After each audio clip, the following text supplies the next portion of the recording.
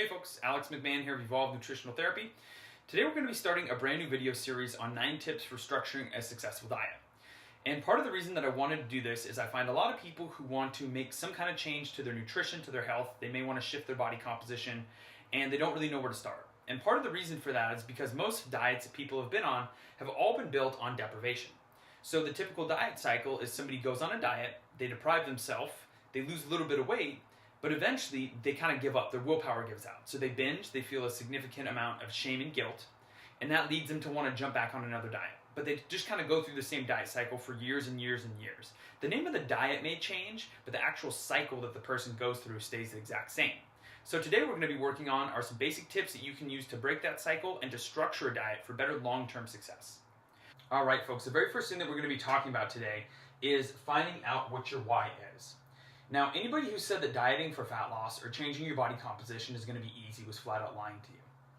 Part of the reason that so few people can accomplish it is because it is challenging. There's plateaus. There are going to be times when you're going to have to give up things that you enjoy doing, and you're just going to run into a significant amount of challenges along the way. And finding what your actual true motivation is for doing it can be a really powerful tool for you. And using the 5 whys exercise is probably the most powerful tool that I've found to do this. And it's something that I personally do with all my clients before we ever get started. I want to know where their head is at and why they want to achieve this.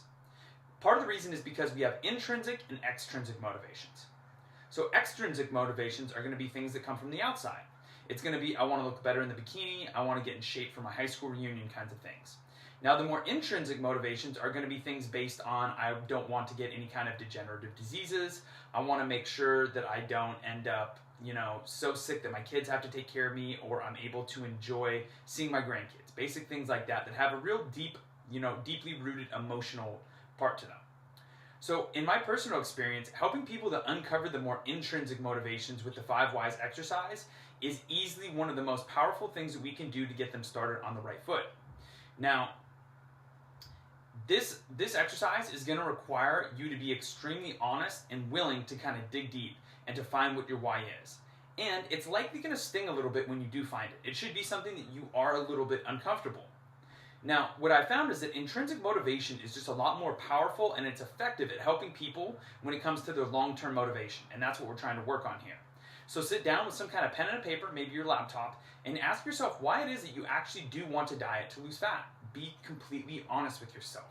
Then ask yourself, why does that matter? Once you have an answer to that, then ask yourself, and why is that important?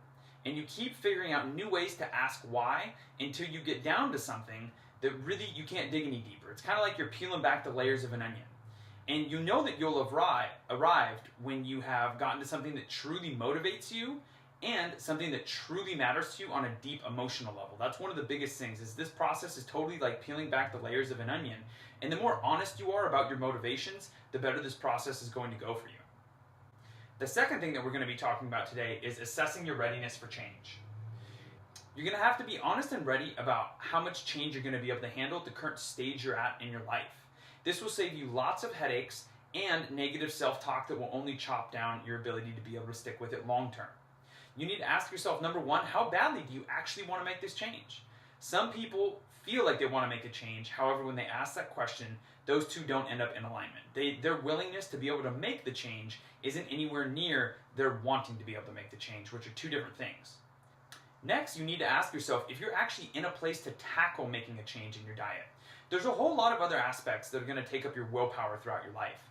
You may have a significant amount of financial stress, relationship stress, work stress. All those different kinds of things are going to be pulling you in different directions. So you may not honestly have a lot of room in your life right now to make significant changes to the way that you're eating.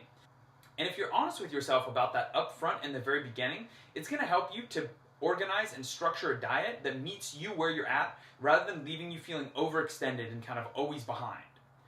One of the big things is that when you ask yourself how badly you want to make the change and if you're ready enough to tackle changing your diet, you could find out that right now you only have the room in your life for significantly small changes.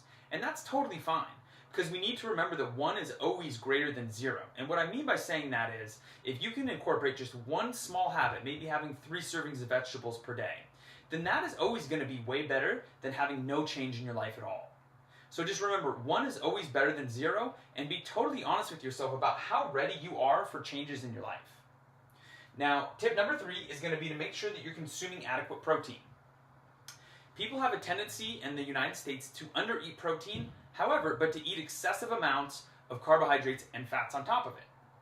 Now, we're going to be looking at some of the reasons why getting adequate protein is going to be so vitally important to you when it comes to structuring your next diet for success.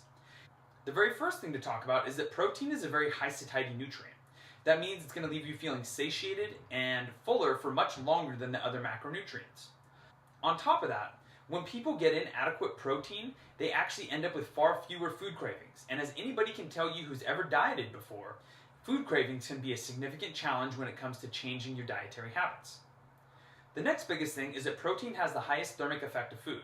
That means that your body actually has to burn significantly more calories to digest and break down and get energy from protein than it does from either fats or carbohydrates.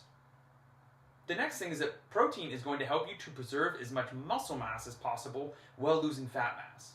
And one of the reasons why that's so important is because when somebody has more muscle mass, it's going to actually allow them to burn more calories because muscle is a much more energy intensive tissue. Your body has to burn a lot more calories to maintain muscle mass than it does fat mass. By doing so, it'll allow you to actually naturally burn more calories when you're dieting and end up with a more lean physique. The very last thing that we're going to be talking about is that when you get enough protein and you're having high quality mixed meals that include protein, carbohydrates, and fats, it's going to help you to better regulate your blood sugar. So you're going to have less of the highs and of the lows. Those lows are going to be really tricky when it comes to triggering food cravings. Alright, that's going to be it for part 1 of this series, and in part 2 we're going to be discussing carbs and fats, fruits and vegetables, and keeping food simple. So stay tuned, and I will talk to you in the next video. Thanks for watching.